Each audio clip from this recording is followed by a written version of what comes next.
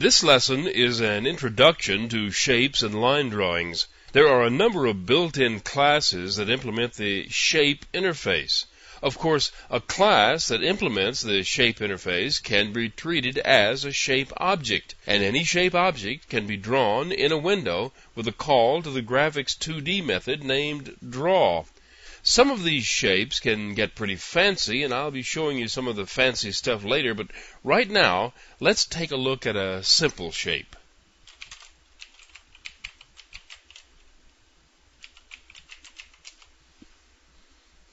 This program draws the outline of an ellipse. Notice right here we created a reference to a shape object. Because the Ellipse 2D class is also a shape class, its address can be stored in a shape reference, which we do in the very next statement. This statement builds an Ellipse 2D object that is 100 pixels wide and 80 pixels tall and stores its address in the shape reference. The final statement in the paint method is called Draw. This draws an outline of the shape in the window. It looks like this.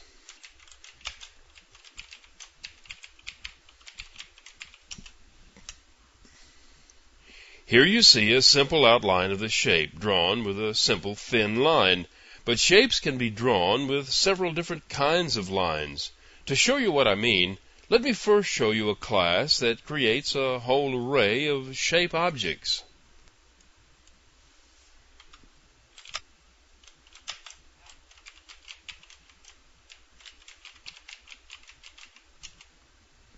Now this class doesn't have a constructor. All it contains is a single static method that creates an array of shape objects and returns the array to its caller. The first thing that happens in the function is a declaration of an array to hold all the shape objects. There are to be 7 of them. The very first one is inserted into the array. It's a rectangle 2D object. It has one of those internal constructors named float, and it requires 4 float values. The first 2 values specify the position of the upper left-hand corner of the rectangle, and the second 2 make the rectangle into a square 200 pixels on a side. An Ellipse 2D shape is constructed as a circle 200 pixels on a side, and its position in the window is directly below the rectangle. This is the constructor of a shape known as a general path shape. It starts off empty and allows you to draw into it. It has a number of methods to do this, including curves and points and even affine transforms. You know how the affine transform works, and I'll be showing you different kinds of curves later. Basically, you can think of a general path object like a pen plotter. It starts out with a blank sheet, and you move the pen around and make marks.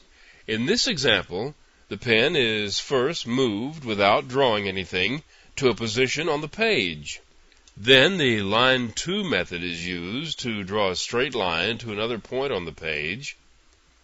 The line 2 method is used again to continue the drawing, but in another direction to another point.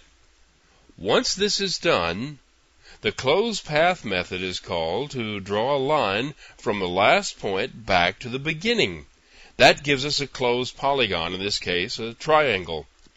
The triangle is then inserted into the array as the next shape. Now the last 4 shapes are simply straight lines. These are drawn so they intersect in the middle and look like a giant asterisk. The 7 shapes are all stored in the array, and the array is returned to the caller. Everything in this method is created with a new keyword, including the array itself, so this method can be called again and again to produce as many of these arrays as you might want.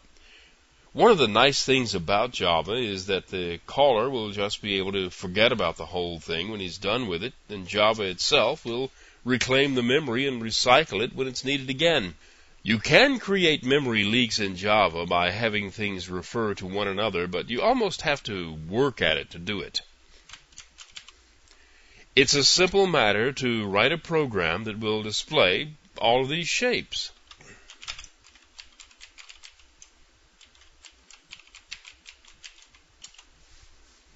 Now this program is the same as the other canvases I've been showing you. Here the paint method gets the call to draw things in the window.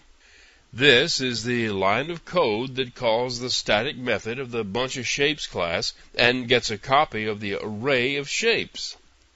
This loop goes through the entire array and calls the draw method for every shape in it. Each shape is drawn into the window.